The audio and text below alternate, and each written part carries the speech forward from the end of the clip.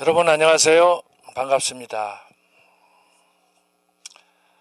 이번 학기도 2월에 시작한 강의, 이제 6월 말 한 2주 정도 남은 것 같습니다. 그동안 함께 하신 여러분께 감사드리고, 오늘 또 시로 여는 종교개혁사 우남 이승만 박사의 나의 조국 대한민국, 그리고 중수 박정희 대통령의 혁명의 불꽃처럼 두 지도자의 삶을 정리해서 만든 노래 먼저 두 곡 듣고 강의 시작하겠습니다. 함께 여러분들 계신 곳에서 부르시면 좋겠습니다.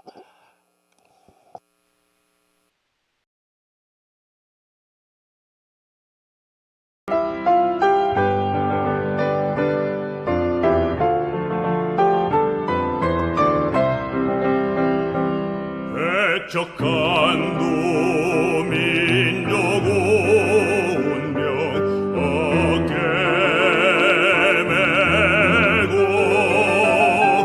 열강들의 각축 속에 독립을 이뤘네. 자유민주 시장 경제 동맹을 맺고 맺어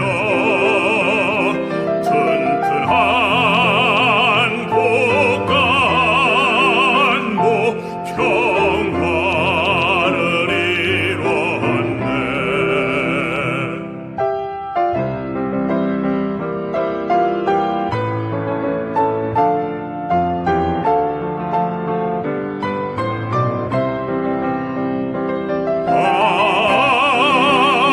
오남 이승만 나라 세운 건국 대통령. 오남 이승만 목숨 바친 대통령. 아름다운 나의 조국 불꽃처럼 타올라서 자손만대 영원토록 세계 속에 빛나라.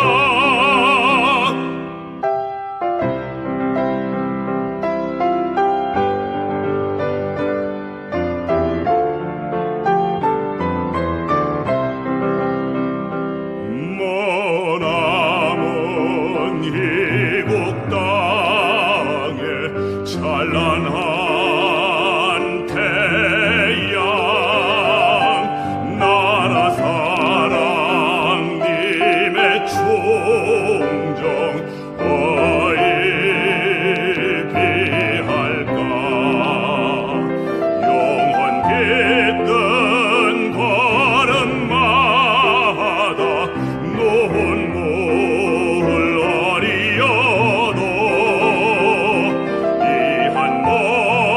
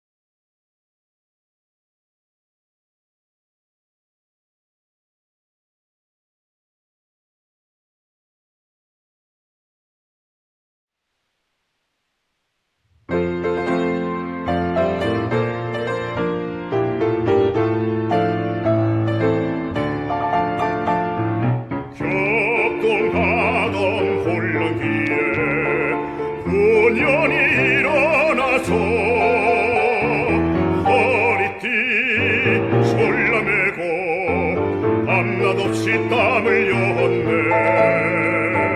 새마을 운동으로 국민생활 개선하고 산업을 발전시켜 한강기적 이룩했네. 한평생을 조국 위해 목숨 바쳐 충성하고 역사 속에 보고 강경 찬란히 이룩했네. 오늘은 세계로 내일은 미래로 한겨레의 민족혼을 세계 속에 휘날려라.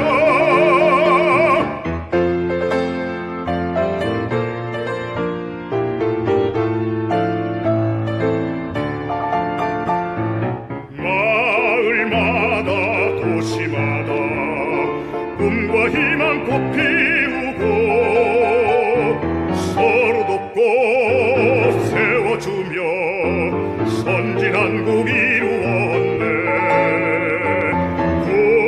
국방을 강화하여 자유평화 드높이고 온 땅에 혁명의 뜻 불꽃처럼 펼치었네. 한평생을 조국 위해 목숨 바쳐 충성하고 역사 속에 보고 강경 찬란히 이룩했네. 오늘은 세계로 내일은 미래로 한겨레의 민족혼을 세계 속에 휘날려라.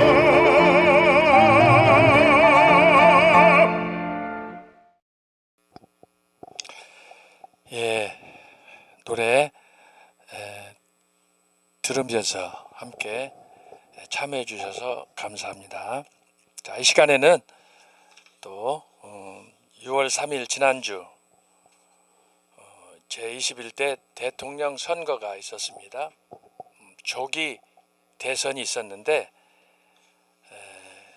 그 결과를 보면서 제가 또 시를 한 수 준비를 했습니다.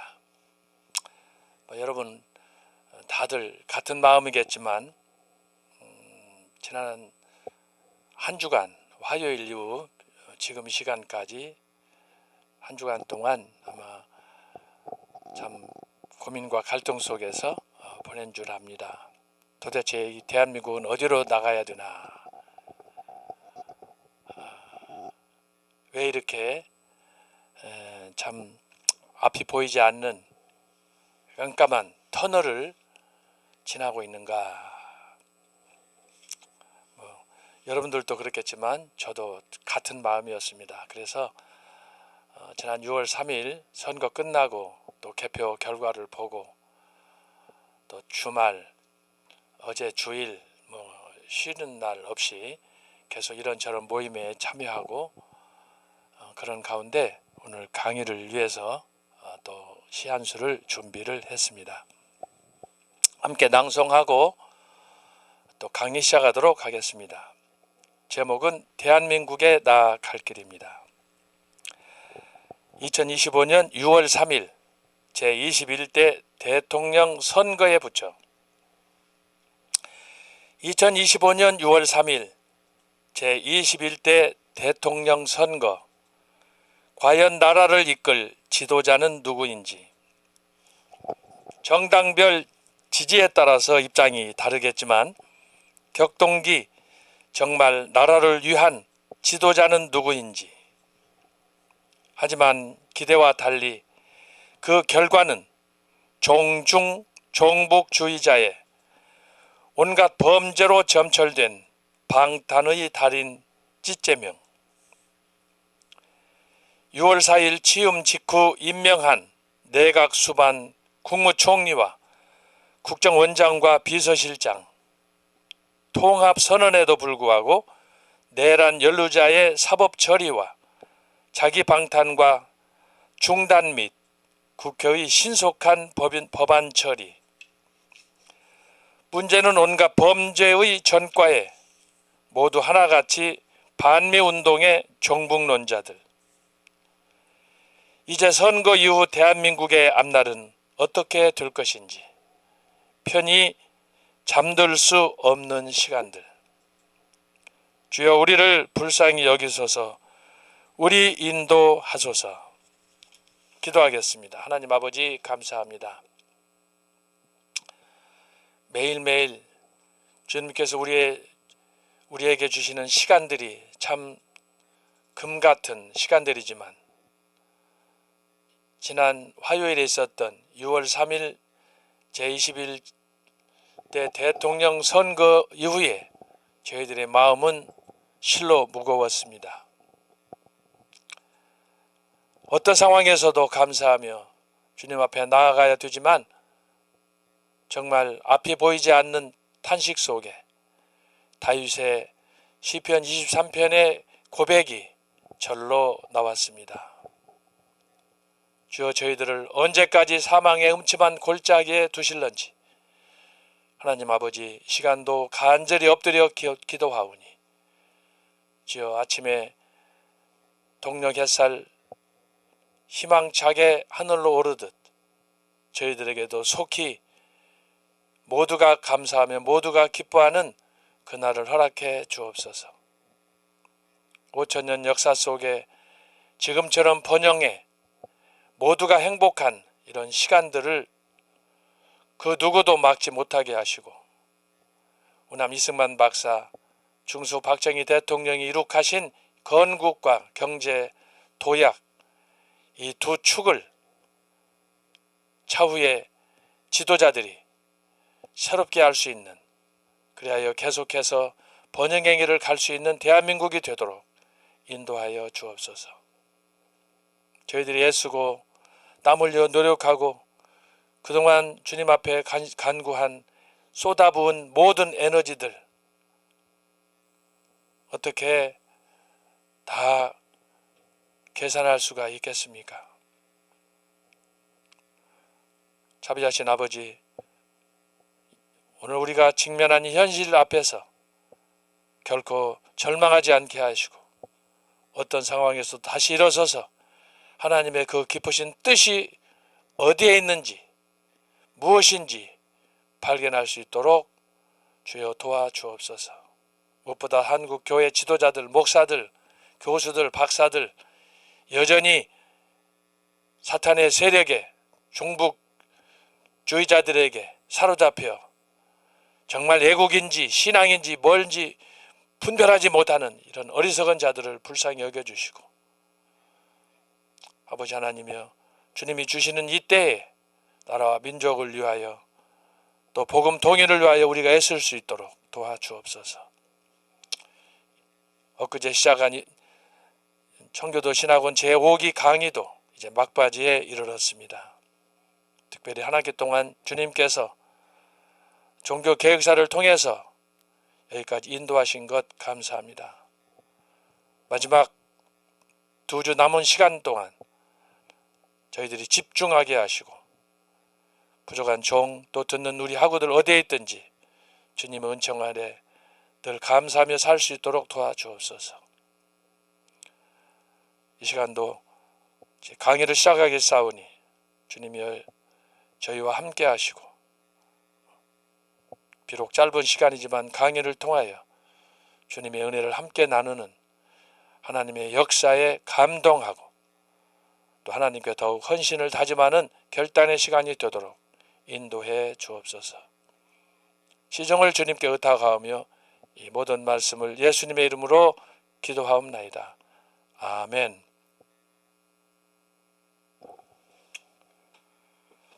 말씀드렸지만 지난 한 주는 우리에게 수백 년 또 수천 년을 보낸 듯한 그런 지루한 길고 긴 터널의 시간이었습니다. 그러나 이미 결과는 나왔고 또 새로운 미래를 위해서 또 하나님께서 어떻게 인도하실지 우리가 더욱 기도하면서 나아가야 되겠습니다. 전 목사님도 이미 예고하셨지만 또 주변에서도 여러 전문가들의 이야기에 의하면 소위 범죄로 둘러싸인 이재명 정부 얼마나 갈까, 다들 지금 우려 속에서 또 만약에 다시 대통령 선거가 시작된다면 어떻게 될까, 여기에 대해서 지금 초미의 관심이 모여 있습니다. 특별히 미국 트럼프 대통령과 그의 행정부, 또 우리나라의 또 특별히 보수 우파들, 뭐 해외에서 선진국들 대부분은 같은 마음이라고 생각합니다만은, 하여튼 여러분들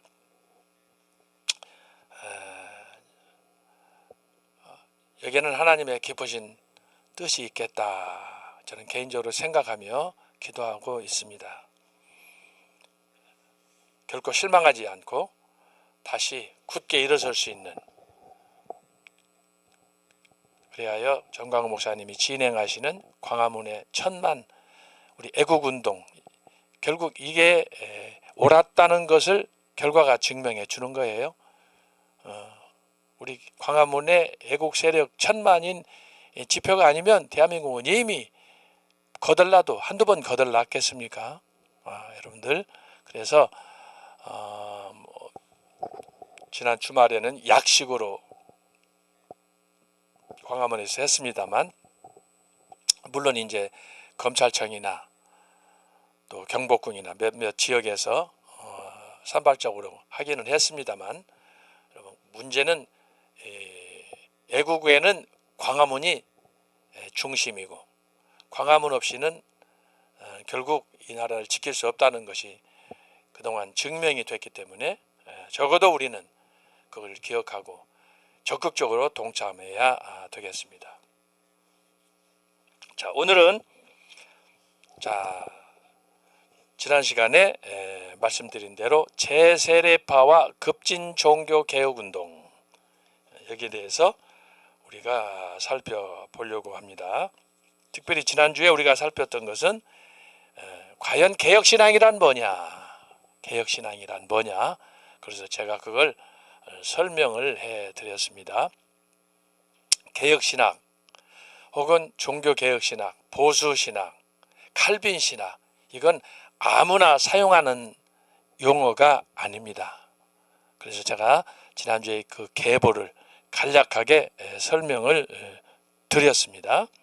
자, 그런데 우리가 살펴볼 이 제세례파는 급진 종교개혁의 중심이었는데, 이 제세례파는 명칭이 조금 이렇게 시대를 따라서 변화가 있었는데, 초대교회 이후 중세, 특별히 종교개혁기에 이것이 이제 하나의 거대한 그런 그룹으로 등장하면서 말씀드린 대로 다양한 표현이에요. 형식은 제세례파지만 여기에는 독립파 혹은 이제 형제단, 또 그와 관련해서 회중교회, 이런 등등의 명칭으로 사용된다라고 하는 겁니다. 그의 중심은 제세례. 그래서 제세례와 관련해서 제가 지난주에 말씀드렸죠. 적어도 신학적으로 그들이 주장하는 바에 의하면 유아세례는 비성경적이다. 그러므로 유아세례는 교회에서 집행하면 안 된다. 단지 교회에서 할 수 있는 것은 뭐냐? 남녀 공히 나이로 16세가 됐을 때, 만 16세가 됐을 때, 적어도 성인이 됐을 때 예수님에 대한 신앙 고백, 인격적인 고백이 이루어져야지 그 이전에 유아 세례와 어린이들에게 베푸는 세례는 수용할 수 없다. 이것이 제세례파, 회중교회, 형제단 교회, 이런 또 침례교, 이런 그 단체들이 주장하는 그런 그 신학적 그 교리 문제다라고 할 수가 있겠습니다. 그래서 제세례파는 뭐 사실은 이제 침례교, 통칭 침례교다, 회중교회다 이렇게 말할 수가 있는데, 이 제세례파는 단순히 세례만, 유아 세례만 거절하는 게 아니고 기존에 있었던 초대교회 이후 중세 종교개혁기에 있었던 전통적인 교회에서 주장했던 실시해왔던 유아세례 제도, 그리고 장로 제도, 소위 교회 직분과 관련해서 그것을 거부하는 그런 그 교단이라고 할 수가 있겠습니다. 그래서 크게 이 두 가지라고 할 수가 있겠습니다. 크게 정리하면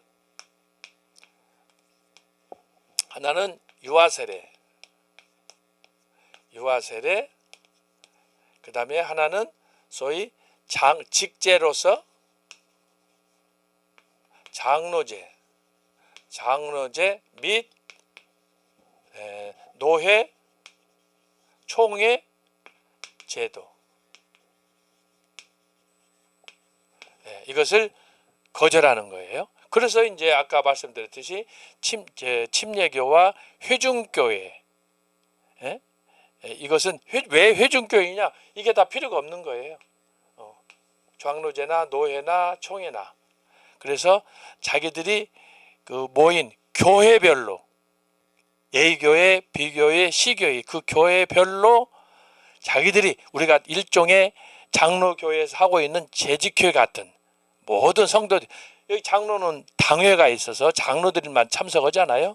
그런 거 말고 일종의 재직회 형태, 소위 총회, 전체 성도들이 함께하는 그런 그 제도를 그들이 따르는데, 그것은 교회마다 다 각자 그런 그 제도를 가져야 된다라고 하는 거예요.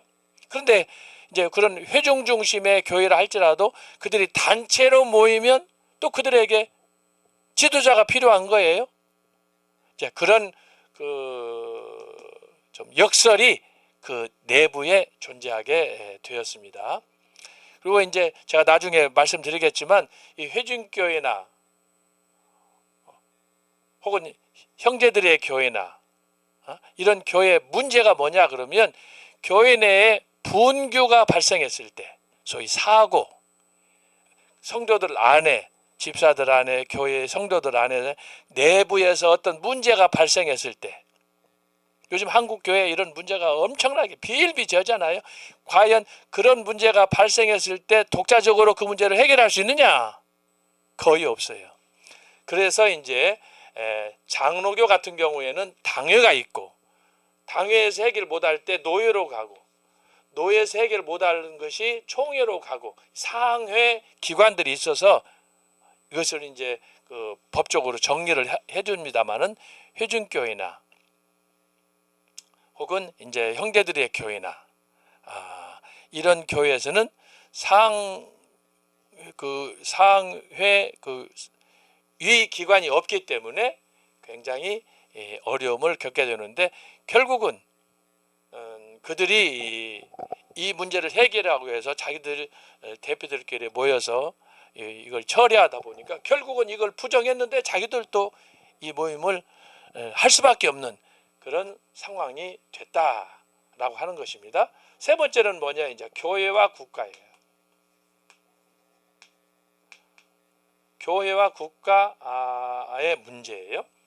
이 문제. 그래서 뭐 소소한 문제는 뒤로 하고, 여기서 말하는 제세례파 혹은 그 회중교회, 형제들의 교회, 이런 교회들에게 있어서 공통적으로 나타나는 현상은 바로 이 세 가지로 압축할 수 있다. 유아세례 부정, 직제에서는 장로제와 및 노회 총회의 상회 기관에 대한 부정, 세 번째는 교회와 국가와의 관계에서 이것은 뭐냐 하면은 단절이에요.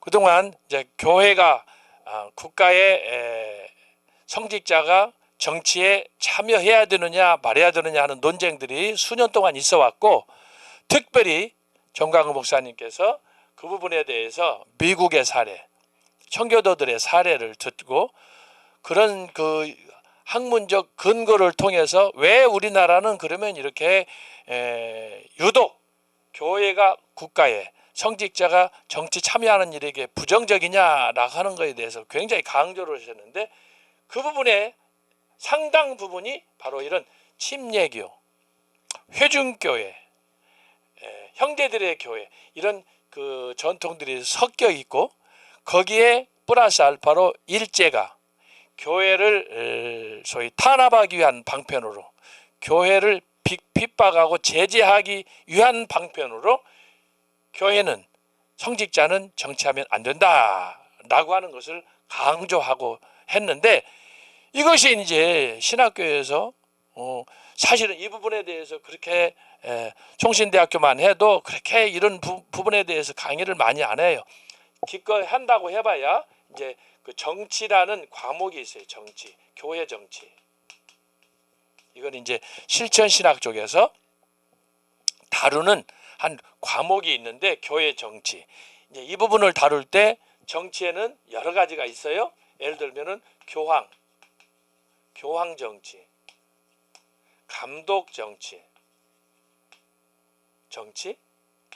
그 다음에 장로, 그 다음에 회중, 이런 등등의 교회 내에 정치 제도가 지금까지 있어 왔는데, 그러다 보니까 이 교회 정치 과목을 다룰 때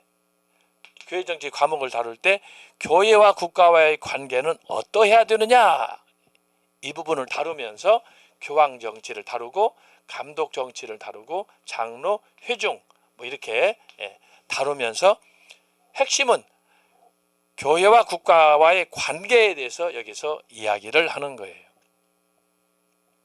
이제 필요에 따라서 제가 이것도 어떻게 그러면 교회 정치에서 우리 교회가, 성직자들이 국가에 대해서 어떤 행동을 취해야 되느냐라는 문제도 제가 한번 다루도록 하겠습니다. 제가 이것도 오래전에 논문을 써서 이미 제가 이것을 취급한 적이 있습니다. 여기서 이제 다룰 때 교황의 의미, 감독의 의미, 장로의 의미, 이런 의미들을 살펴보면서 성경은 뭐라고 말하느냐. 성경적, 우리가 말하는 것은 단순히 전통으로 뭐 교황 정치다, 감독 정치다 이걸 주장하는 게 아니고, 성경이 뭐라고 하느냐,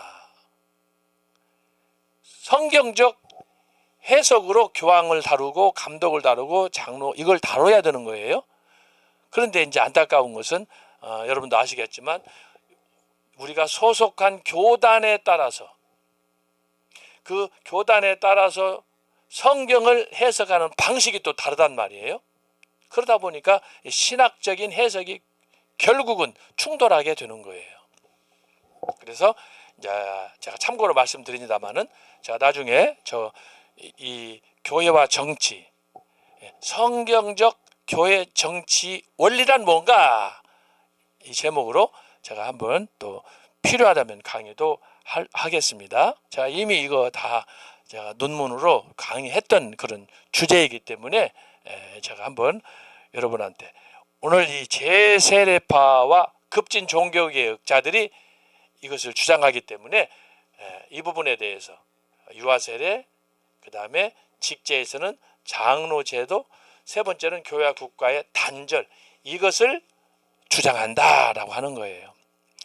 그래서 여러분들이 이런 그 전체적인 개괄적인 그 이해를 갖고 성경을 봐야 되고, 또 우리가 실제로 교회 생활할 때 이것이 어떻게 잘 적용될 수 있느냐, 또 원치 않으면 어떻게 거부할 수 있느냐, 뭐 이유가 있어야 할 거 아니, 명분이 있어야 할 거 아니겠습니까? 그걸 우리가 잘 살펴야 되는 거예요.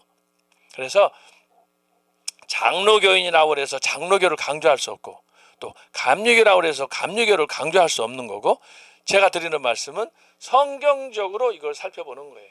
성경적으로 도대체 교황 정치란 뭐냐, 감독 정치란 뭐냐, 장로 정치란 뭐냐? 회중 정치란 뭐냐라고 하는 거예요. 그래서 이 원리를 따져 보면 이제 통상적으로 뭐 완전한 교회 정치는 없지만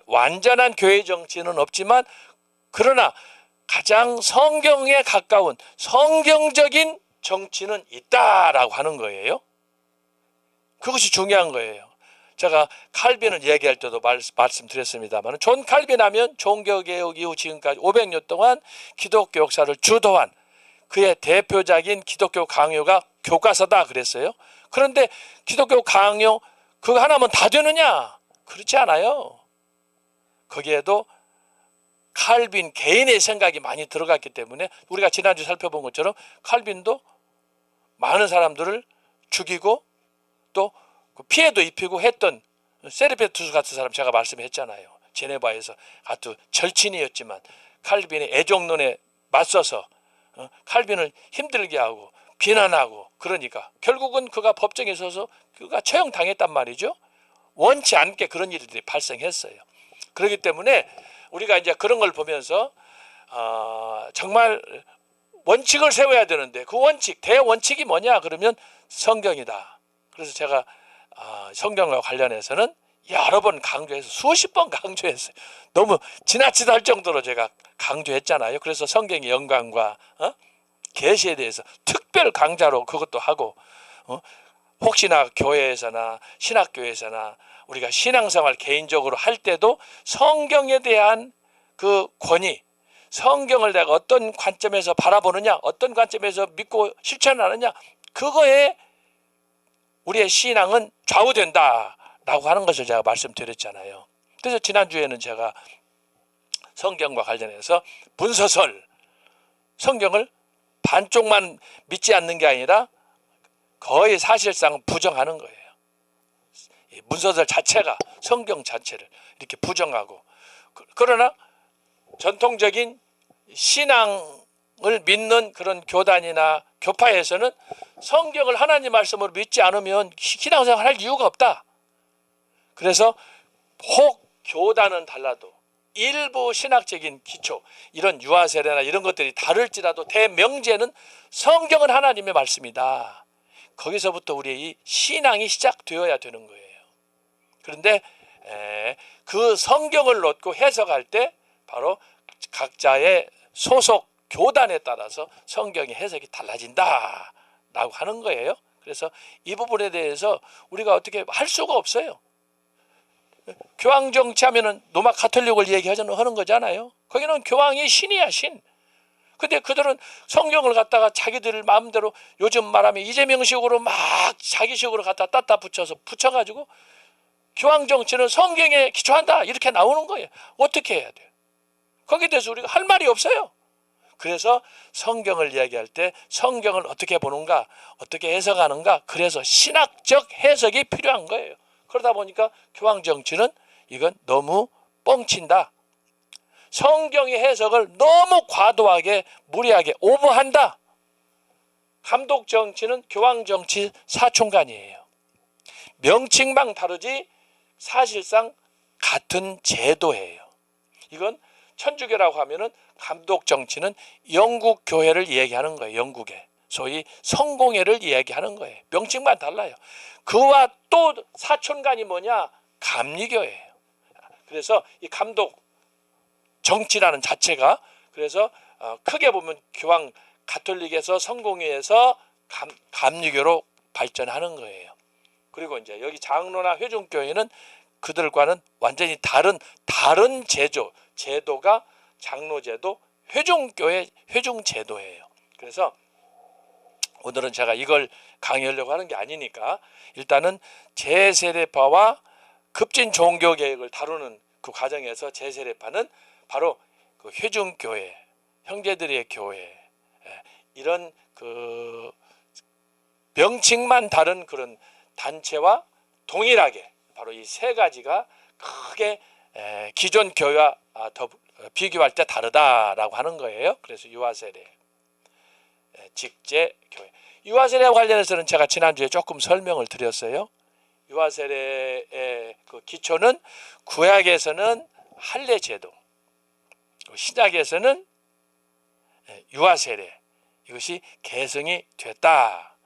그리고 제가 여러분 기억하시는지 모르겠지만 침례교나 회중교회에서 유아 세례를 반대할 때 사실은 장로교가 아니고 사실은 천주교에서 이걸 그 세례를 너무 과하게 막 남용하고 그걸 구원하고 직결시키니까 제가 지난주 여기다 설명했잖아요. 여기다 유아 세례는 곧 구원이다. 그래서 제가 군대에서 합동 세례식을 얘기했잖아요. 그러면 세례 한번 받으면 다 천국 가야지. 근데 합동 세례수 다 받고는 그중에 80% 90%는 다 교회 안 다녀. 그리고 나중에 어느 날 거리에서 전도하다 만나면은 자기가 사실은 군대에서 합동 세례식을 받았다는 거예요.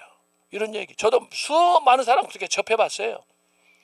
그리고 그것도 문제가 아니에요. 그것만 있는 게 아니라 칠성례 중에 다른 7가지 말씀을 드렸잖아요.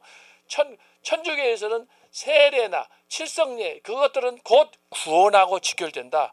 성경 어디에 그것이 구원하고 직결된다고 기록된 구절이 한 군데라도 있습니까? 없어요. 그런데 바로 이런 그 실제적인 교회 생활을 하는 그런 부분에 있어서 교황 정치나 감독 정치나 이런 그 교파에 따라서 이런 것들을 주장을 하니까 그래서 종교 개혁자들이 누터나 칼빈이나 낙스나 찌빙걸리나 또 영국의 청교도들이 등장해가지고 과연 성경이 뭐라고 말하느냐 그걸 추적하다가 보니까 이제 하나의 신학적 체계를 형성하게 되는 거예요. 그래서 여러분들이 기억할 것은 이 3가지가 아주 중요한 소위 침례교, 제세례파 그리고 회중교회 그리고 형제들의 교회 이런 등등의 단체들이 어쩌면 강력하게 주장하는 그들만의 신학적 이슈 그것이 이 3가지로 압축할 수 있다. 유아세례 부정, 직제로서는 장로제, 노회, 총회제 부정 그리고 3번째는 교회와 국가와의 단절이에요. 이게 사실은 굉장히 교회와 국가와의 단절은 위험한 발상이에요. 단절. 이것도 제가 설명하겠습니다. 그러면 교회와 국가는 어떻게 우리가 협력하면서 가야 되느냐? 총각 목사님이 늘 설교하신 그런 부분들이에요. 교회와 국가는 단절이 아니고 협력이야, 협력. 서로 연합해서 협력하는 거예요. 이것이 성경이 말하는 하나님께서 본래 의도하신 계획이에요. 여러분, 교회와 국가는 따로 존재하는 게 아니에요. 왜냐하면 교회도 하나님이 세우시고 국가도 하나님이 세우시고 이것을 도표로 그려보면 이렇게 돼요. 하나님이 천지만물을 창조하셨어요. 여기에 가정이 있어요. 아담과 하와 에덴 동산에. 이게 에덴이라고 생각하면 이게 에덴. 혹은 뭐 국가. 초통칭해서 그럴 때 여기서 에덴이라고 하는 것은 교회예요. 교회의 대표예요. 교회. 예수님께서 2-3 내 이름으로 모인 곳에 그러잖아요. 에덴 동산에서 아담과 하와는 최초의 교회의 모델이에요. 성도예요. 성도. 국가 이전에 국가는 추후에 특별히 아브라함을 하나님께서 부르신 이후에 이제 이스라엘 민족이 형성되잖아. 그 이전에는 국가 개념이 없어요. 그래서 하나님께서는 태초에 천지 만물을 창조하실 때 에덴 동산을 창조하셨는데 그 안에 존재하는 게 뭐냐? 아담과 하와잖아요. 아담과 하와가 뭐냐? 교회이고 나중에 이것이 그의 자손을 통해서 자손. 이게 이제 아브라함이 대표적으로. 그래서 국가, 민족이 되는 거예요. 민족. 원뿌리는 뭐냐? 결국은 교회와 국가는 하나라고 하는 거예요. 하나. 하나라고. 그리고 이것이 나중에 이제 이 시간이 지르면서 역사가 지나면서 시대가 바뀌면서 그 안에 대표적인 게 뭐예요? 아담과 하와에서부터 가인과 아벨이 죽고 나서 셋. 그래서 이 거룩한 주의 백성과 또 세속화되어가는 점점 어두움에 빠져드는 그 계보로 족보가 나눠지지 않아요. 그 과정에서 교회와 국가라는 이 기관이 서로 대립하게 되는 거예요. 그래서 큰 안목에서 보면은 뭐냐? 결국은 교회와 국가는 누구의 통치 아래에 있느냐? 하나님의 주권 아래에 있는 거예요. 이걸 구분하면 안 되는 거예요. 그런데 여기 지금 제세례파라든지 형제들의 교회라든지 회중교회라든지 이 사람들은 교회와 국가는 단절해야 된다. 겉으로 봐서는 굉장히 이게 맞는 것 같죠? 실제로 이 재침례 교회나 회중교회에서 가르치는 신학적인 교리들을 보면은 굉장히 은혜가 되고 성경적인 부분들이 많이 있어요. 어떤 면에서는 왜냐하면 회중교회가 강조하는 강조점이 뭐냐? 너나 나나 하나님께서 주신 자유, 하나님께서 주신 은사, 은혜, 믿음 이것들은 특이하게 특별하게 모두에게 똑같이 주었다는 거예요. 그래서 개인의 신앙의 권리, 특권을 강조하는 거예요. 이게 회중 각자 개인에게 준 거예요. 근데 이것이 이제 장로교로 가면은 장로는 그것을 장로들에게 위임을 했는데 장로들이 그걸 가지고 개판을 치는 거라. 여러분, 장로를 뽑을 때 어떻게 합니까? 예를 들어서 이제 그것도 장로를 뽑을 때 보통 이제 그 교단마다 다릅니다만은 대한예수 장로의 합동측 경우에는 최소 30명의 성도가 있을 때 장로 하나를 피택하는 거예요. 그건 이제 경우에 따라 조금 다를 수 있어요. 헌법에는 30명당 한 사람인데 예를 들어서 교회가 이제 뭐 1000명이 넘어간다. 30명 단위로 하게 되면 장로가 몇 명입니까? 수백 명 되잖아요. 그런데 이것을 장로를 뽑을 수가 없어요. 왜냐하면 1부 예배 드리지, 2부 예배 드리지, 3부 예배 드리지. 그러다 보니까 성도들을 잘 알 수도 없고 그래서 투표하게 되면은 이름을 붙여놓고 자유롭게 투표를 해야 되는데 안 된단 말이에요. 1000명은 또 아무것도 아니야. 5000명이 됐다. 대책이 없는 거예요. 그래서 이제 기존에 당회가 모여서 추천을 받아가지고 그래서 원래 5000명이면 30명당 한 사람이면 장로가 얼마나 많아. 순복음교회 같은 경우는 이 장로교가 아님에도 불구하고 장로교 이 정치 직제를 많이 차용을 해가지고 지금 순복음교회가 사용하고 있는데 원래 순복음교회도 바로 이 감독교회, 감리교, 성결교, 순복음 그쪽하고 더 밀착돼 가까워요. 장로교보다는 그쪽이 더 가까운 교단이 순복음인데 여의도 순복음교회 같은 경우에는 장로가 3000명, 4000명이에요. 장로가. 근데 그 장로들이 모여가지고 장로들을 몰라. 예? 장로들이 뭐 12사람, 한 뭐 50명, 100명만 돼도 모르겠어요. 3000명, 4000명인데 권사들은 얼마나 많겠어요? 몇만 명이야. 안수집사? 계산이 안 돼요. 이건 이제 특별한 경우를 제가 얘기하는 거예요.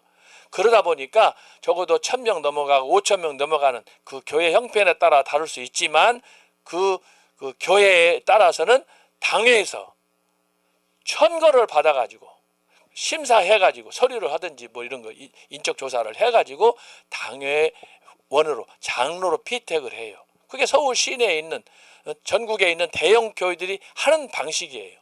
그러다 보니까 한 5000명, 10,000명 모였는데도 불구하고 장로가 한 30명밖에 없어. 40명밖에 없어. 숫자로 보면 절대적으로 부족한데 뽑을 방법이 없는 거예요. 그러다 보니까 거기에 알력이 생기고 거기에 무리한 그런 그 뭐라 그럴까 그 교회로서는 해서는 안 될 그런 부정이 거기에 개입이 되고 그래서 장로를 되려면 장로가 국회의원 되기보다 더 어려워. 그러다 보니까 장로가 되면 권사가 되면 안수집사가 되려면은 기본적으로 돈을 책정해. 예를 들어서 안수집사 300만 원, 권사 500만 원, 장로 1000만 원. 제가 다 들은 얘기가 있어서 하는 거예요. 제가 근거 없이 하는 얘기 아니에요. 서울에 어떤 교회는 장로가 되려면 최소 5천만 원을 내야 돼. 더 내면 좋고. 왜? 숫자에 비해서 장로가 압도적으로 적은데 장로는 되고 싶고 사회적으로 활동할 때 사업할 때 그래서 선거 때 되면 명함에다가 장로 집사라는 걸 찍어가지고 그걸 가지고 교회를 순회하면서 다니면서 그걸 행세를 하잖아요. 이것은 한국 교회만 있는 거예요.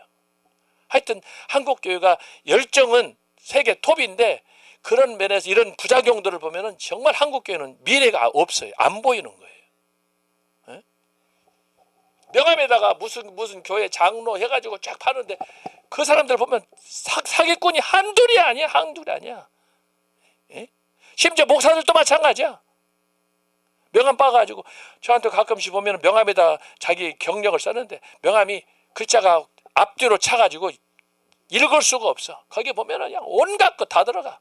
그런데 그 사람들 가운데 그대로 여러분 믿으면 큰일 납니다.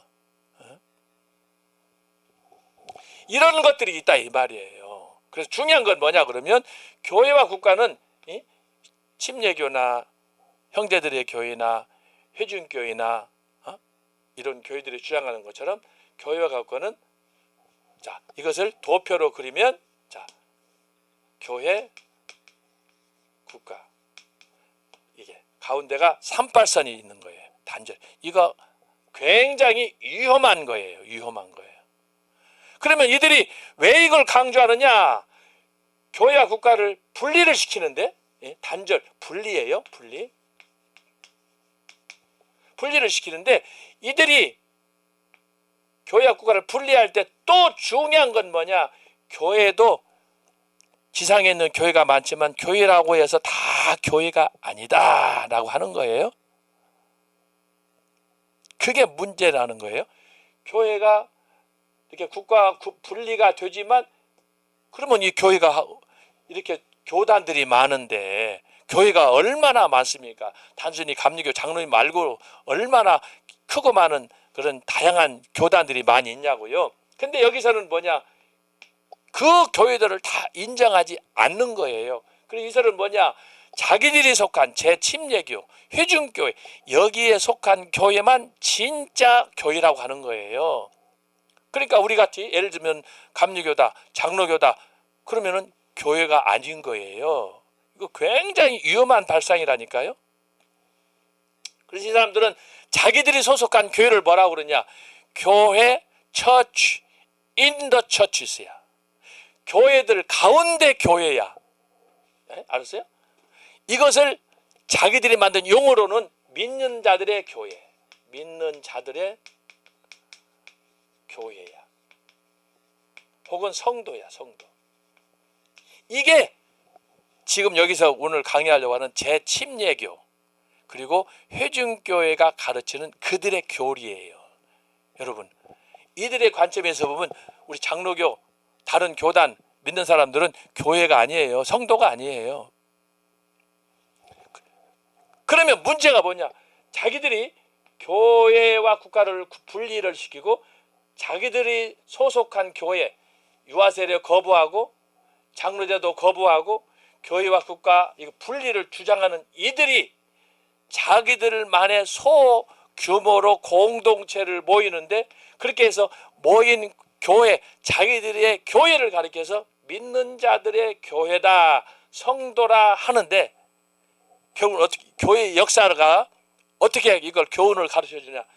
자기들끼리 아까 제가 얘기했잖아요. 내부적인 문제가 발생하면 해결할 방법이 없다고 그랬잖아요. 치명적인 거예요. 천사들이 모인 교회가 아니에요, 여러분. 천사들도 싸우는 판이에요. 그런데 이 믿는 자들의 교회, 믿는 예수님을 16살 이후 신앙 고백을 인격적으로 해서 만난 사람들이 모이는 믿는 자들이 교회인데 문제는 뭐냐? 지들끼리 싸우는 거예요. 그래가지고 이 침례교, 제침례교와 회중교회가 망하는 거예요. 이게 기독교 역사. 그래서 기독교 역사를 초대교회, 중세교회, 종교교회 역사를 잘 알아야 되는 거예요, 여러분. 결국은 뭐냐? 나만 제대로 예수 믿는다 해놓고 싸워가지고 박살나는 거예요. 그래서 죽은 사람들이 엄청나게 많고 이것을 누터나 찌비글리나 칼빈이 용납을 안 했어요. 어떻게 저만 진짜 교인이라고 그래 남들을 다 무시하고 이런 나쁜 놈이 어디가 있어요. 이게 이제 우리는 신앙적으로 말하는 거지만 비정치적으로 말하자니 다 이게 이재명이야. 저만 옳다. 여러분 죄인 중에 교수라고 사도 바울은 고백을 했는데 걔는 뭐 어떤 사람이에요? 자기가 죄를 지었는데 자기는 자기가 지은 죄를 재판하는 검사, 판사 다 탄핵하겠다는 거예요. 그리고 대통령 돼서 앞으로 그 이전에 지은 죄도 모든 죄는 중단한다. 그리고 그것을 다 탕감받겠다. 여러분, 핵심은 뭐예요? 자기는 죄 없는 의인이라는 거예요. 억울하다는 거예요. 이런 개자식이 어디가 있어요. 그걸 알아야 돼요. 그래서 이것을 교회 안에 들어오면, 그래서 오늘 이 제세례파 급진 종교개혁이 여러분 굉장히 중요합니다. 왜? 사람들이 몰라. 교회에서도 안 가르쳐. 에? 그런데 제가 이것을 아까 교회와 정치에 대해서도 제가 이미 연구도 하고 논문도 썼고 또 이 종교개혁 시기에 이것과 연관이 됐기 때문에 제가 여러분 이거 설명하는 거예요. 그래서 교회와 국가, 전통적으로 한국 교회가 가지고 왔던 소위 교회의 입장, 신학의 입장, 그래서 국가에 대해서 무슨 얘기를 하든지 독재를 하든지 그냥 입 닫고 가만히 있어라, 정치 참여하지 말라, 그게 지금까지의 관행이었는데 정광훈 목사님이 광화문에서 서울 선언을 하고 적극적으로 이걸 주장해 왔단 말이죠. 사실 저도 이걸 신학적으로 알았지만은 현장에 직접 광화문에 나와가지고 통참하면서 여기 앞장서서 이렇게 한다고 하는 것은 너무너무 두려웠기 때문에 그동안 망설임, 지식으로는 아는데 행동은 못했던 거예요. 그런데 여기에 이제 손원배 교수님, 변선복 교수님, 김재룡 교수님, 저 부산에 있는 이성구 교수님 나와가지고 이 상황을 제대로 직시하다 보니까 우리 같은 배신자가 없는 거예요. 우리 같은 이렇게 이중적인 행동파가 없는 거예요. 그래서 우리가 참여하듯이, 그래서 적극적으로 이거 잘못됐다, 성직자가 침묵하면 안 된다, 불의에 대해 외쳐야 된다, 선지자의 역할이 뭐냐, 그래서 나서게 된 거예요. 그래서 제가 좀 설명을 하는 거예요. 교회와 국가는 하나님이 창조하신 제도예요. 그런데 역할이 달라요. 교회는 영적인 일을, 국가는 안보 같은, 경제 같은 세속적인 일을. 그래서 우리가 국가를 위해서 군대도 가고 세금도 내고 하는 거예요. 그러면 국가는 어떻게 해야 돼요? 교회를 위해서 봉사하고 경찰도 보내고 교회에 이렇게 좀 보호도 하고 여러 가지로. 그런데 요즘에 이게 잘못되다 보니까 국가가 교회를 감시하고, 코로나 때 여러분 대표적인 사례가 코로나예요. 코로나 문재인 새끼 때문에 우리가 교회가 입은 피해가 말도 못해. 돈으로 따지면 수십 경이 아마 들어갔어요. 조도 아니에요. 이걸 어떻게 다 계산해요? 백신 가지고 사람은 한두 사람이 죽었습니까? 백신 가지고 뭐 정확한 저런 통계는 모르지만은 그걸로 인해서 챙긴 돈들이 엄청나다고 하잖아요. 어쨌든 그런 일들이 있다라고 하는 여러분들이 잘 아시고, 그래서 이 재침례교, 회중교회, 그리고 형제들의 교회,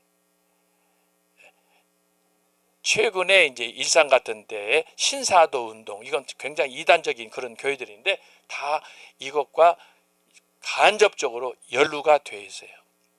그래서 제가 말씀드리는 것이, 그래도 기독교 2000년 역사 속에서 가장 합리적인, 그래도 성경에 제일 가까운, 성경적으로 모든 걸 해석하려고 하는 그런 교단이 장로교다. 그래서 제가 나중에 한번 이 교회와 정치와 관련해서 제가 한번 말씀을 또 드리겠습니다.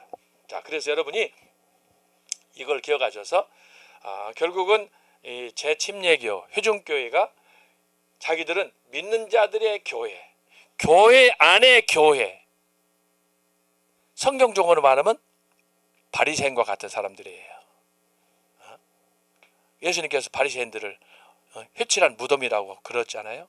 그래서 그것처럼 오늘 이 믿는 자들의 교회, 자기들이 초지일관 변치 않고 꾸준하게 신앙을 유지해 나갔으면 문제가 안 돼요. 그런데 10명 모이다가 50명 모이다 100명 모이다 그러면 거기에 리더가 필요해요. 반장도 필요하고. 그러면 어쩔 수 없이 장로는 아니어도 집사라도 뽑아야 돼. 지도자가 있어야 할 거 아니에요. 어떻게 뭐 10사람, 20사람 있을 때는 형님 좋고 아우르 좋고 하지만 50명, 100명 가면은 단지 어디 야유회라도 가고 친목회라도 하려면 지도자가 필요하잖아요. 예산이라도 세우고 하려면. 그런데 나중에 하다 보니까 사람이 좀 늘어났어. 100명, 150명, 200명. 여러분 혼자 200명을 그 리더 없이 어떻게 200명을 컨트롤해요? 그러다 보니까 결국은 장로제, 노예 이걸 부정을 했는데 하다 보니까 필요한 거라 또. 그랬는데 문제가 뭐예요? 지들끼리 싸우는 거야. 여러분 투표할 때 공정하게 한 사람만 입후보에서 한 사람이 당선됩니까? 하고 싶은 사람이 한둘이겠어요? 150명, 200명 거기에 또 헌금도 있고 여러 가지 할 일들이 많은데 그러다 보니까 싸우게 되는 거예요. 그래가지고 이거 폭망하는 거예요. 결국은. 그래서 여러분 이걸 잘 여러분 오늘 강의를 들으셔야 돼. 지난주에는 이걸 강의하면서 개혁 신앙에 대해서 말씀을 했고 오늘은 제세례파 회중교회 여기 다 관련되는 거예요. 그래서 이제 제가 그중에 엑기스만 이 세 가지를 말씀했는데 핵심은 뭐냐?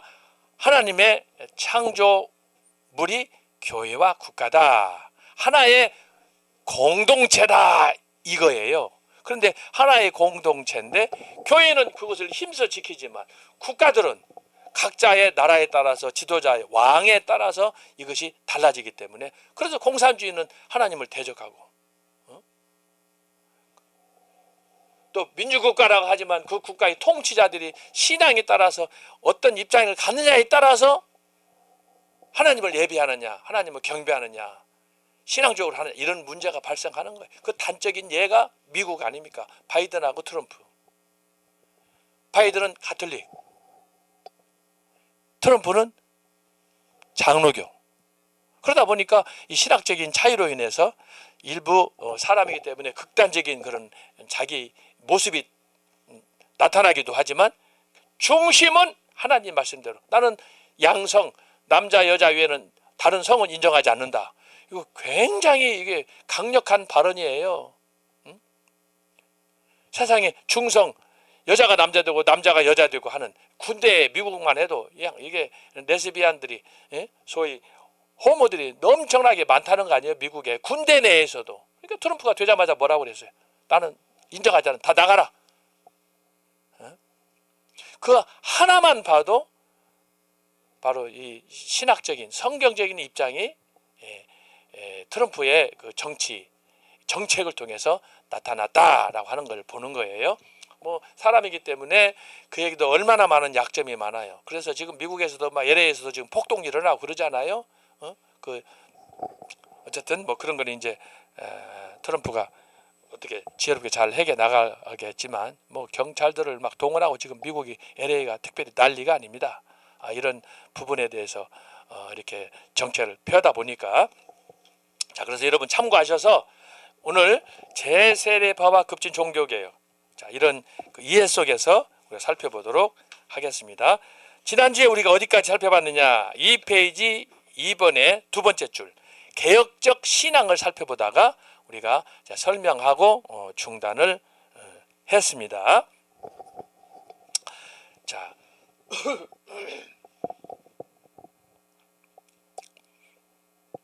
자 그러면 2번으로 가겠습니다. 2번.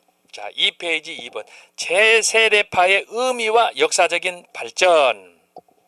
자, 2번으로 큰 2번으로 가겠습니다. 제세례파의 의미. 자, 제세례파의 의미 앞으로 많이 가야 돼. 앞에 부분이 앞부분이에요.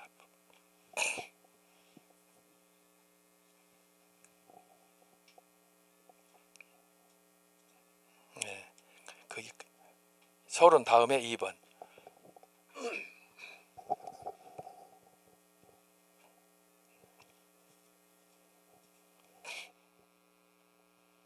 한 장만 넘기면 돼요.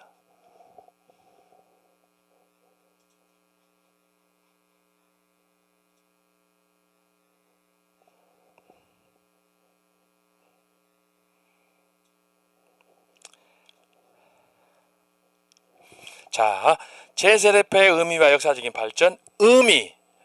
의미입니다. 제세례파란 뭔가? 자, 제가 이미 설명을 드렸습니다. 여러분 집중해서 이걸 잘 들으셔야 돼요. 이 부분에 대해서는 교수들이 목사들이 교회에서 거의 취급을 안 해요. 그래서 오늘 종교개혁사의 어떤 면에서 심하게 말하면 이단화라고 할 수 있어요. 이단은 아닌데 그 정도로 종교개혁자들과 신학적으로 충돌한 사람들이에요. 이 사람들은 노마 천주교에 대해서도 강력하게 충돌하고 장로교, 심지어 청교도들 가운데서도 나중에 영국의 청교도 살펴볼 때도 보겠지만 이 사람들하고도 충돌하고, 이 사람들은 좌충우돌. 왜? 이 사람들은 믿는 자들의 교회, 자기들이 소속된 교회만이 진짜다, 나머지는 다 가짜다라고 하기 때문에 그러는 거예요. 극단적인 소위 신앙의 사로잡힌 사람들이라 이 말이죠. 자, 보겠어요. 제세례파는 전통적으로 유아 세례와 신앙 고백적 세례 대신 믿는 자의 세례를 주장하였습니다. 제가 지금 설명했어요. 믿는 자들의 교회, 그러니까 이 믿는 자들의 교회 할 때 이 교회는 16세 이상이 되었을 때, 만 16세 이상이 되었을 때 주님을 나의 인격적으로 모신 신앙 고백을 한, 우리가 이제 세례 받을 때 입교식 할 때 그렇게 하잖아요. 당신은 성경은 하나님 말씀인 걸 믿습니까? 삼위일체 하나님을 믿습니까? 그리고 이제 마지막에 하는, 주로 이제 장로교에서 하는 고백입니다만은, 당신은 웨스트민스터 신앙 고백서가 성경적인 그런 그 신앙 고백으로 믿습니까? 그렇게 하잖아요. 문답을 할 때 그 얘기를 하는 거예요. 그래서 여기서 믿는 자의 세례를 주장하였다. 여기서 믿는 자란 바로 지금 제가 설명한 것과 똑같다라고 하는 거예요. 이게 굉장히 중요한 거예요. 믿는 자들의 교회, Believers in the Church, 믿는 자들의 교회예요. 그런데 아까 말씀했죠. 이거 그 자체로는 너무너무 좋은 거예요. 성경적으로 비유하자면 알곡 중에 알곡이다 이 말이야. 알곡 중에 알곡. 여러분, 알곡 중에 알곡이면 얼마나 좋아요.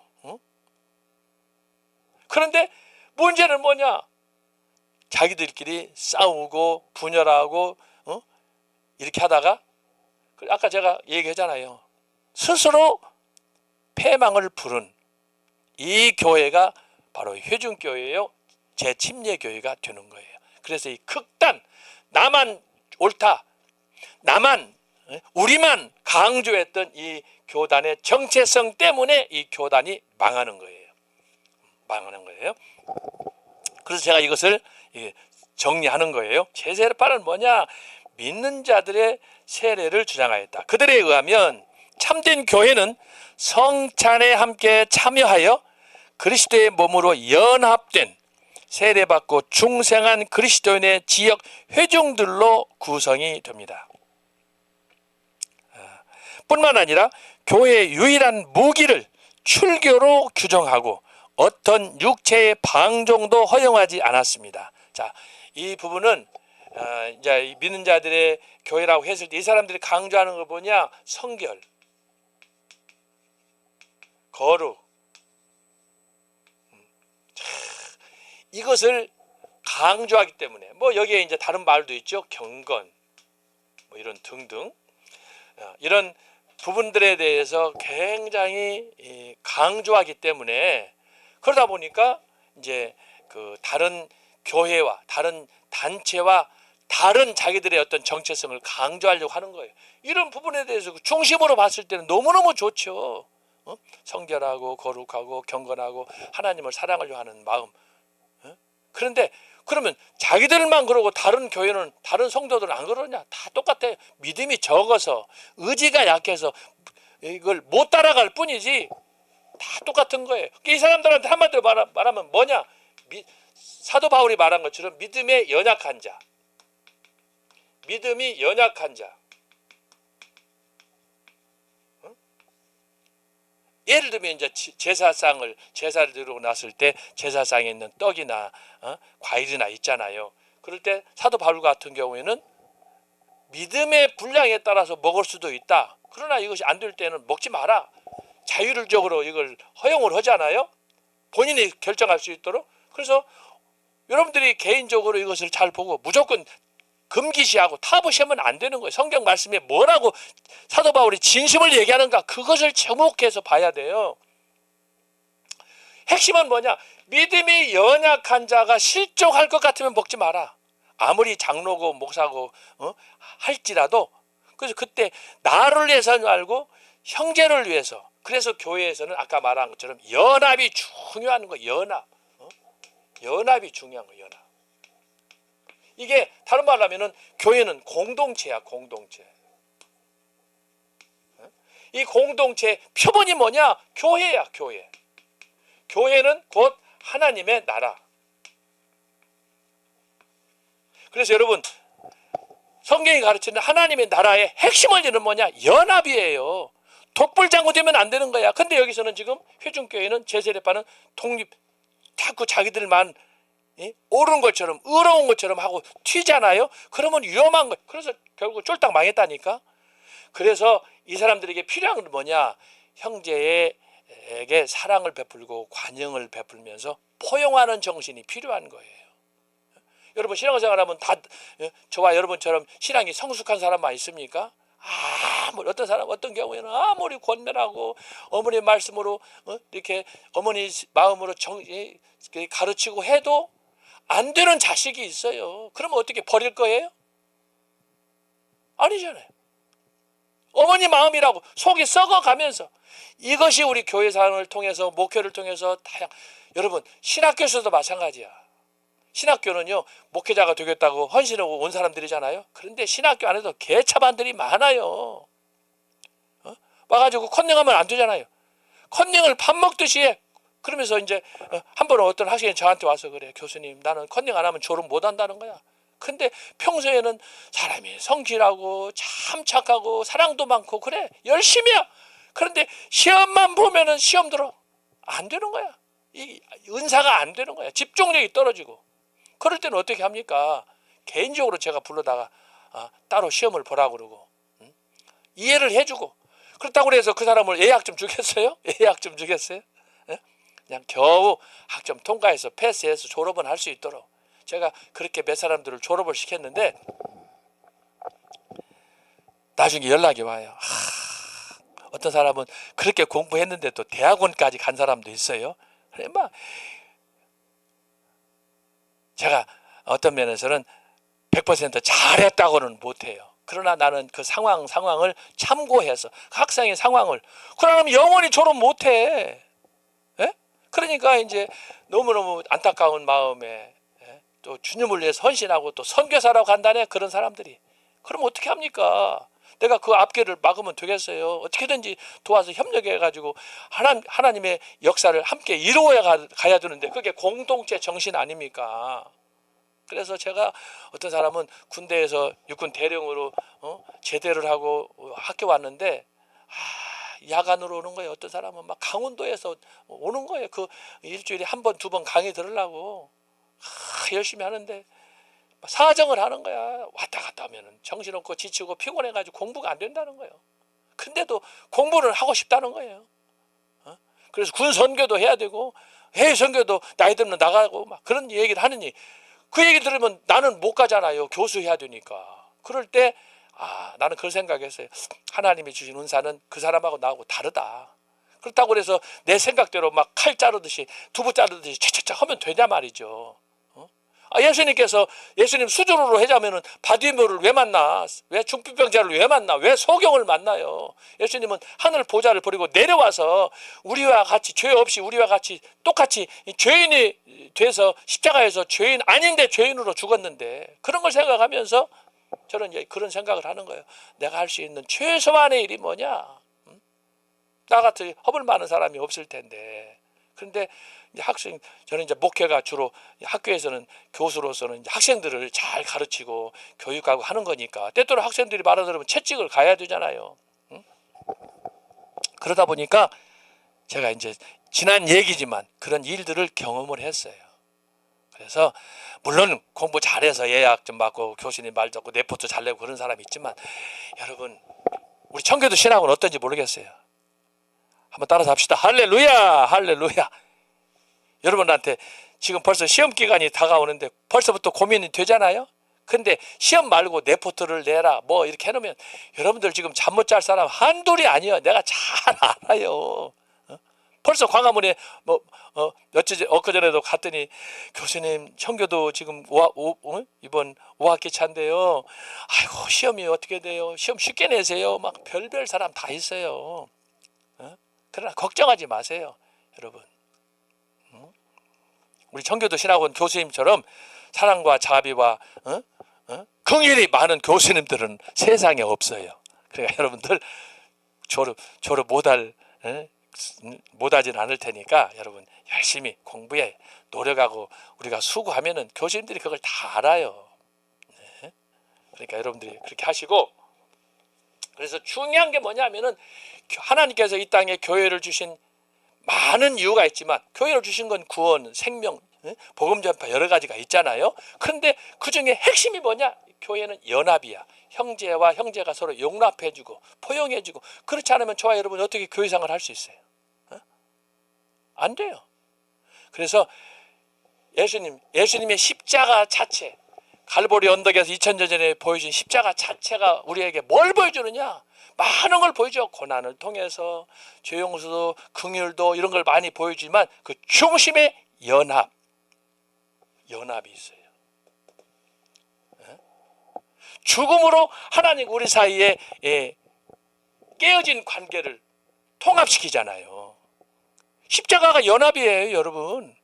그냥 고난이라고 그냥 그것만 생각하면 안 돼요. 예수님은 그 고난의 선을 넘어서 저와 여러분을 접붙여 주신 거예요. 접붙여 주신 거야. 연합, 통합. 얼마나 좋아요. 그래서 우리가 공동체를 이루고, 그래서 교회는 곧 뭐냐? 하나님의 나라. 성경은, 기독교는 뭘 얘기하느냐? 하나님의 나라를 이 땅에 세우는 거예요. 그것은 연합으로 이루어지는 거예요. 그러니까 저와 여러분이 이 부분에 대해서 소중하게 생각하고 감사하게 생각하고, 나 같은 죄인이 어떻게 여기에 한 멤버가 됐느냐? 흥분해야 돼. 흥분해야 돼. 나 같은 죄인이 찬송가도 있잖아요. 존 버닌이 부른 나 같은 죄인 살리신 그 은혜 놀라워.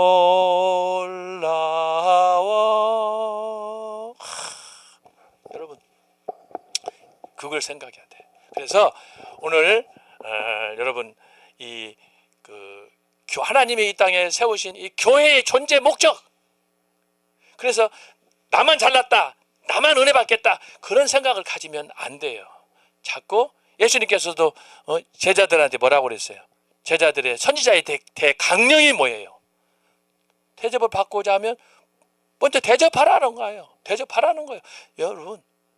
그래서 사랑은 주는 거예요, 받는 게 아니에요.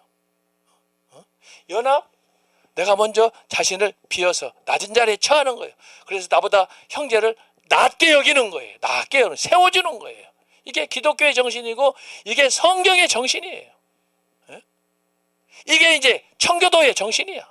그래서 우리 청교도 신학원에서 이걸 우리 교수님들 통해서 여러분 강의 들을 때 이것을 잘 여러분들이 이해를 하고 실제적으로 삶 속에서 실천을 해야 돼요. 자, 그래서 여기서 지금 제가 그걸 이야기하는 거예요. 그래서 이 사람들은 여기서 무기로 출교를 했다. 출교가 뭐냐? 세상적으로 말하면 사형 선고하는 거예요. 자기들의 마음이 안 들면, 믿는 자들이 교회에서 자기들에게 좀 어긋나면은 출교시켰다. 사형을 선고해서 교회에 나오지 못하도록, 소위 말해서 교회에서 족보를 지워버리는 거야. 교회 나오지 마, 이름을 명단에서 지워버리는 거야. 여러분 이것처럼 무서운 징계가 없어요. 근데 이걸 자기들끼리 함부로 정하면 됩니까? 이것은 무엇과 같으냐? 천주교회에서 교황이 자기 말 안 들으면 너는 이단으로 정리하는 것도 똑같아. 이단이 교회 올 수 있어요? 제가 얼마 전에 일산에 어떤 교회 갔더니 문 앞에다가 신천지 출입 금지 붙여놨더라고. 여러분 이단이 교회에 들어오면 되냐고요? 장사꾼 들으면 돼요? 불신자들 이렇게 전도해가지고 예수 믿게 해야 되는데 이런 잡동사니들 돌아가지고 교회를 어지럽히면 되냐 말이죠. 그래서 교회는 연합, 공동체, 이것이 하나님의 나라를 이루는 그런 특별한 단체이기 때문에 여러분 이것을 생각하고 항상 여러분이 어디에 있든지 내가 그 교회의 한 사람으로서 멤버가 되었다. 그런데 여러분 광화문에서 하고 있는 애국운동 주일마다 여러분 어제도 보니까 엄청나게 많은 사람 주일 예배 광화문에서 드렸는데 거기에 한 멤버가 되었다. 나 개인은 존재감이 없어요. 그러나 내가 가서 봤을 때 수천만이 수십만이 모여가 예배 드릴 때 여러분 감동하지 않아요? 그런 면에서 감사와 그 다음에 감동이 있어야 되는 거예요. 나 같은 사람이 거기에 멤버가 되고 그러나 교만하면은 아간처럼 죽는 거예요. 절대 교만하면 안 돼. 교회에서는 잘난 척하면 안 되는 거야. 그래서 어떻게든지 자기 자신을 희생하고 예수님이 오직하면 제자들의 발을 닦아줍니까? 그런 정신이 필요한 거예요. 그래서 어떻게든지 너희들은 흩어지지 마라. 하나가 되어라. 그래서 내가 너에게 명령하는 말씀 복음을 땅끝까지 전파해라. 그거예요. 그 이유가 다 여기에 있는 거예요. 그래서 여러분이 이제 교회 안에서 징벌한다. 누구를 책벌한다. 출교한다. 여러분 기억하시겠지만 한 2년 정도인가 한기총에 어떤 쓰레기 목사들 몇 명이 모여가지고 정강훈 목사를 이단으로 이렇게 했어요. 이 새끼들은 사람도 아니에요. 알았어요? 그렇게 막 하는 게 아니에요. 그 사람들 그래서 몇 사람들이 개인적으로 추적을 해봤더니 어디서 신학을 했는지도 모르는 정체성도 없는 자그마한 이런 군소 교단에 있었던 몇 사람들이 모아가지고 나중에 보니까 용돈 좀 받았는가 봐. 그래가지고 한기총 회장을 지내신 정광훈 목사님 이단이다 이런 쓰레기들이 있으면 되겠어요. 그래서 우리 교수님들이 변순복 교수님, 손원배 교수님, 김양주 교수님, 또 김철원 교수님, 또 이성구 교수님 이렇게 쫙 해가지고 특별 인터뷰를 했잖아요. 이 자식들아 너희들이 함부로 이단을 이 얘기하느냐. 이단은 너희들이다 이 자식들아. 이런 문제가 발생하는 거예요. 그래서 여러분들이 이걸 잘 생각해야 되고 출교는 뭐냐? 이단으로 규정하는 것처럼 굉장히 교회의 규칙으로는 어마한 거예요. 마지막 파이널 센텐스라고 그래요. 마지막 카드예요. 생명책에서 이름을 지워버려 출교 교회에서 쫓아내버리는 거야. 얼마나 무서운 겁니까? 여러분이 그걸 참고하시고 여기서부터 이제 여기서 강조하는 건 뭐냐? 교회의 유일한 무기를 출교로 규정하고 어떤 육체의 방종도 허용하지 않았다. 나아가 로마 카톨릭, 루터교, 찌빙글리 교회의 예배 의식은 비기독교적인 것으로 거부하였다. 왜? 자기들은 믿는 자들에게 자기들만 교회가 옳다는 거야. 이게 신약으로 말하면 바리새인들의 교회예요. 사두개인들의 교회예요. 남들은 인정하지 않는 거예요. 그런데 문제는 뭐냐? 예수님이 너희들은 회칠한 무덤이다 이거예요. 도끼로 찍어버리겠다는 거예요. 외식하는 사람들이다 이거지. 만약에 그랬을 때 이거 어떻게 보상받을 수가 있겠습니까? 심각한 거예요. 그래서 믿는 자들이 성도들이 교회에서 생활할 때 연합을 위해서 할 때 함부로 남을 예수님께서 마태복음 7장에 말한 것처럼 내 눈에 있는 들보를 봐라. 남의 눈에 있는 티를 보지 말고 비판하지 말라 그런 거예요. 그래서 이 연합과 공동체 교회에서 필요한 것이 뭐냐? 여기에 필요한 것이 절대적인 사랑이에요. 사랑.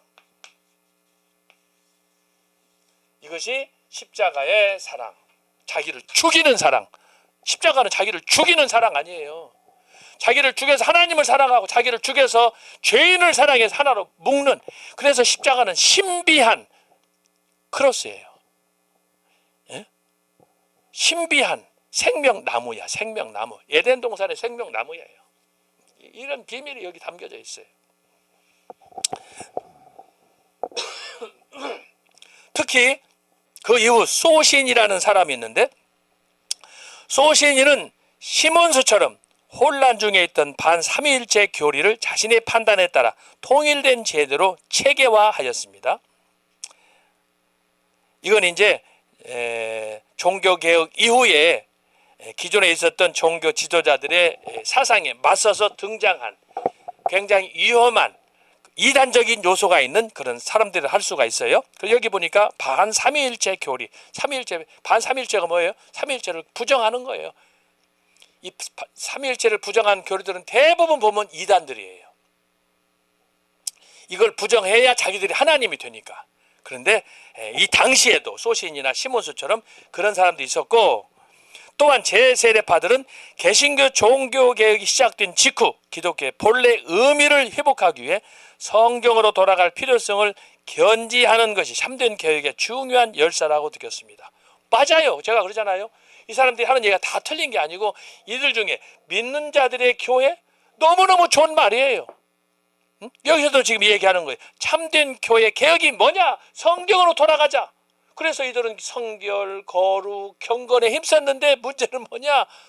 지나친 자기 의를 강조하다 보니까 교회의 연합을 분리하고 단절하고 심지어 교회와 국가도 분리시키고 단절시키고 자기들만 의로운 채 하다가 결국은 자폭했다. 이것이 이제 오늘 강의의 전체 흐름으로 가는 거예요. 그래서 제가 여기서 이야기하는 게 뭐냐? 교회 공동체, 성도의 공동체는 항상 연합이고 이 연합의 핵심은 뭐냐? 사랑이에요. 사랑의 핵심은, 사랑의 참된 뜻은 뭐예요? 사랑의? 이건 희생이야, 희생. 사랑과 희생은 같이 가는 거예요. 사랑과 희생의 그 꽃은 십자가예요. 사랑하기 때문에 희생하는 거예요.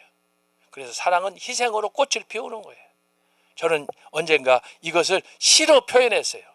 하늘에 핀 장미, 하늘에 갈보리에 핀 장미.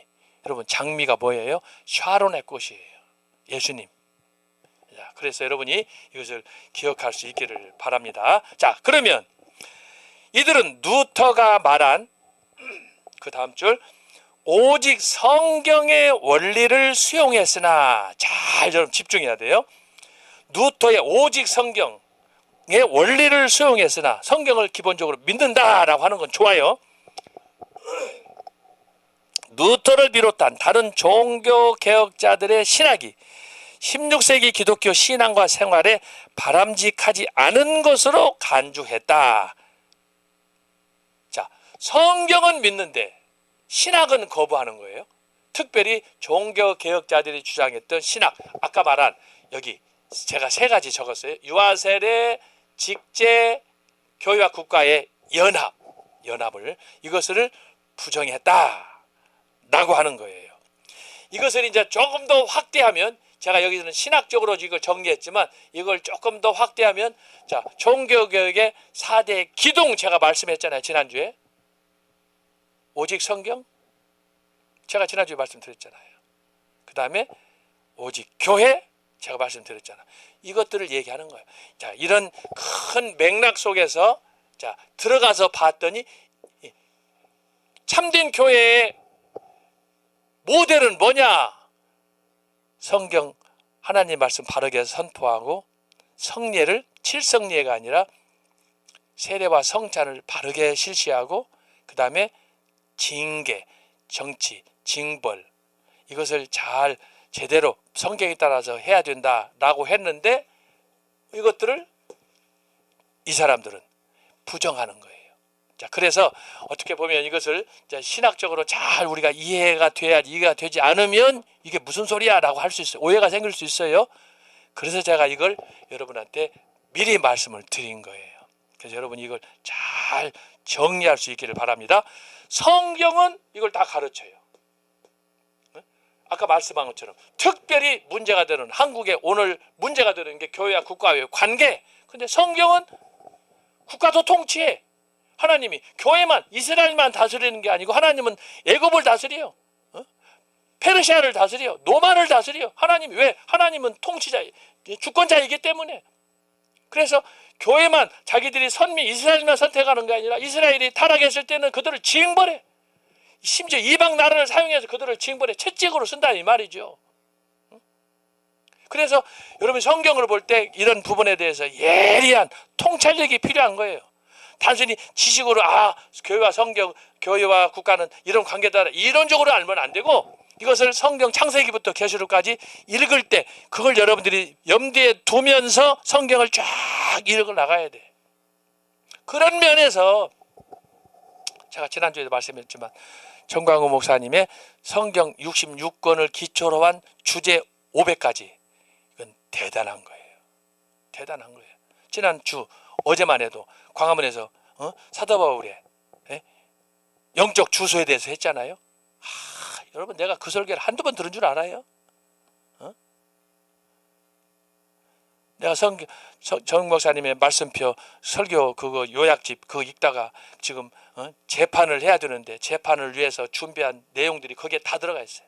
거기에 사도 바울의 영적 주소 5군데. 여러분, 대부분은 우리 목사들이 목회하면서도 그런 주제 탐에서 모르는 사람이 어디가 있어? 파소 모르는 사람이 어디가 있어? 그런데 그것을 사도 바울의 삶, 개인의 삶을 엮어가지고 그걸 영적으로 엮어서 다소에서, 그 다음에 다메섹에서, 아라비아에서 이걸 엮어서 그걸 메시지로 주면서 전체적으로는 창세기부터 계시록까지 기록된 전체 내용을 사도 바울의 삶을 통해서 딱 압축해서 준단 말이죠. 이게 탁월한 거예요. 누구도 그걸 못해. 그리고 지금까지 설교한 사람들이 수천만, 수백만이 되겠지만은 사도 바울의 삶을 영적 주소 5가지로 주제로 풀어낸 사람은 정광훈 목사님밖에 없어요. 기가 막혀요.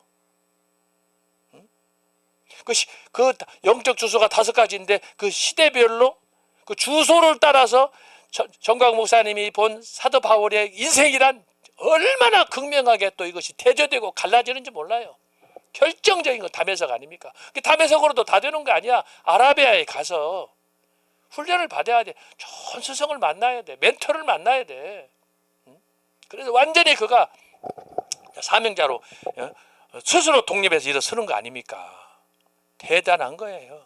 자, 그런 부분들이 바로 우리가 여기서 깨달아야 될 부분이다. 그래서 단순히 성경만을 믿는다고 해서 그것으로 우리가 끝나면 안 돼요.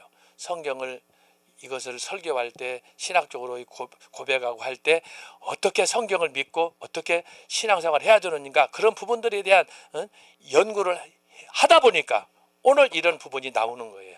그래서 기독교 역사에서 제세례파, 회중교회, 형제들의 교회를 우리가 시기적으로 등장했으니까 그래서 그들을 종합적으로 보고 평가하다 보니까 오늘 이런 문제가 발생한다. 그래서 단순히 외견상으로 성경만을 믿는다.